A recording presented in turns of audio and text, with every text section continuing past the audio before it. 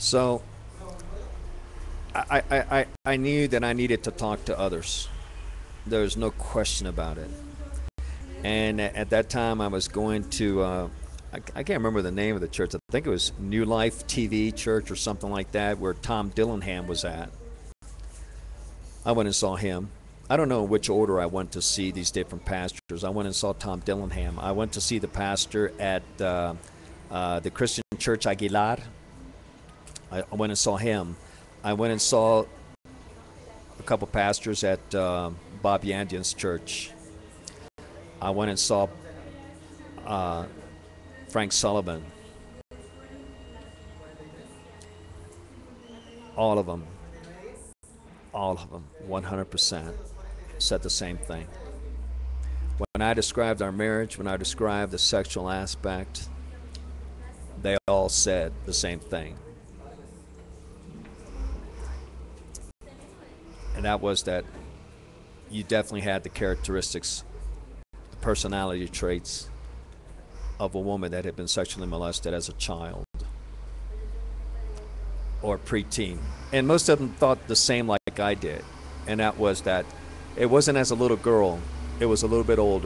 Might have been 10, 11, 12, 13, somewhere in there, 14, 15, somewhere in that area. And I'm going to tell you something about that. They all said the same thing in relation to that everything pointed to your father. Let me explain to you why. You remember when we first arrived in Tulsa? We lived at your father's house. I can't remember how long we stayed there. I think it was like 5 or 6 weeks.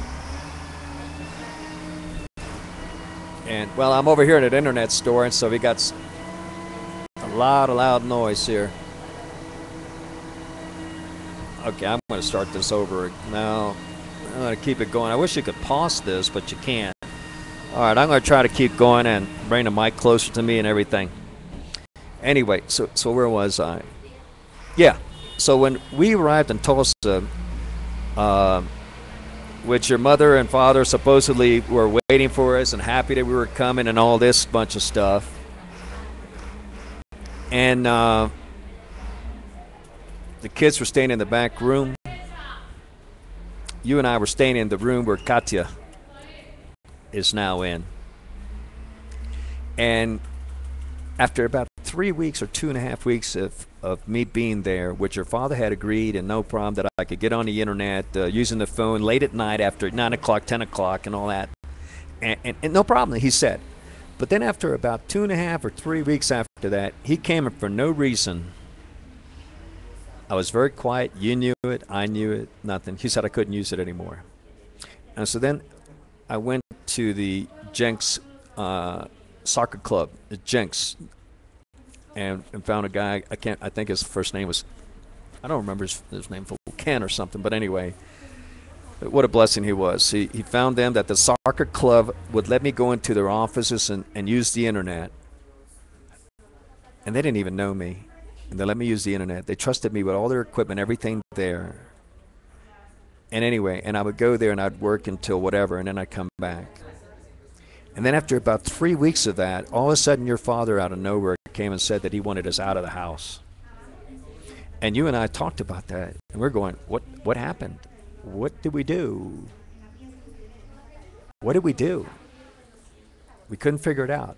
I was never there. And you knew that I hadn't done anything. And you hadn't done anything. The kids hadn't done anything. Well,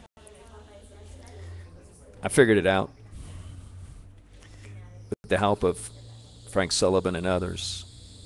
Tom Dillingham, pastor, they all said the same thing. Your father could not handle the fact that I was in the next bedroom sleeping with you. Couldn't handle it. That's what it was about, Marisol. Your father could not handle a man being with you, even a husband, your husband. As was that time, for example, that we came to visit before we moved, and your father threatened to strike you, my wife, when we were at Gongi's house, where I think we were Gongi's house, I think it was, yeah, that he was going to hit you. And boy, that would have been his biggest mistake that night had that happened, that he touched you, because I let him know that he touched you. I would freaking kill him at that time. I'd land on him. Let me tell you something. Bam, he strikes my wife. Bam, I end the story. But see, that's what you call strengthening and supporting your wife, your mate, something that you never did during our marriage. And all the attacks that came from your father and your mother, you never, ever stood with your husband. You always took their side. Now, you'll say, no, that's not true. Yes, it is. You want to know why? Because you let it happen, and let it happen, and let it happen, and let it happen. Just like your parents tried to destroy Gongi and Susie. Yeah, Gongi, you're getting this, you might as well listen to it. Did you know that your parents came and told us that Susie was having an affair with the doctors where she was working? That while you were working at night, she was going out to dinner with them, with a doctor there, and candlelight and the whole shebang, and that she was sleeping with them? More than likely. Yeah. Ricardo, he did the best thing. He did what I told you many times we needed to do, which was to sever our family from your parents. Ricardo did that. Now, Gongi did that too a couple times. He cut your parents off, man, and boom. Ricardo did that. If he hadn't, they would have destroyed his family.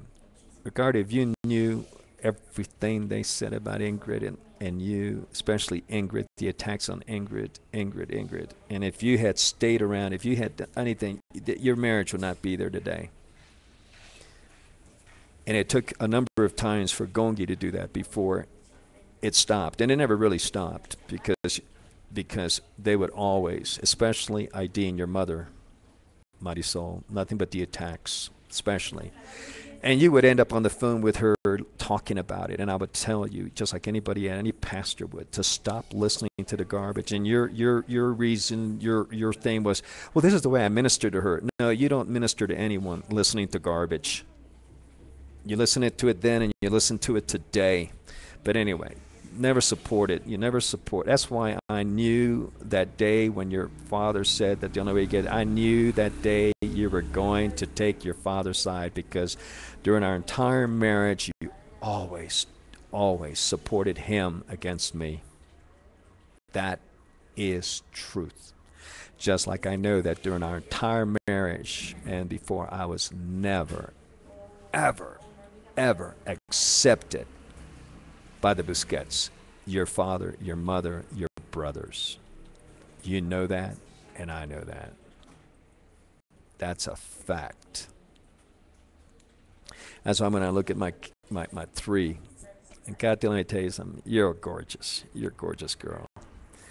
I see your pictures on Facebook and other places. And Isaac, you three are just so beautiful. But what was done to you three is beyond imagination. You have a Yahuwah right to bond with your father. And you have a father that always wanted to bond to you. And that was stolen from you by your mother and your grandparents. That is a truth.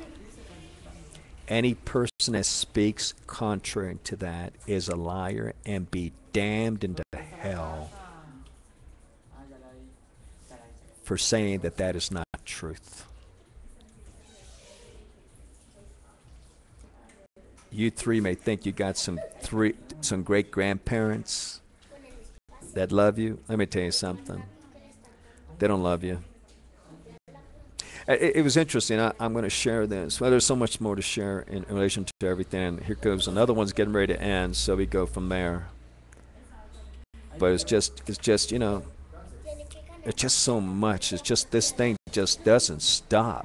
How do you take 13 years of marriage and going on what since 2005, when we got 5 more years of a divorce, 5 more years of deception, lies, and so on. I can imagine. So let's keep going. Next one.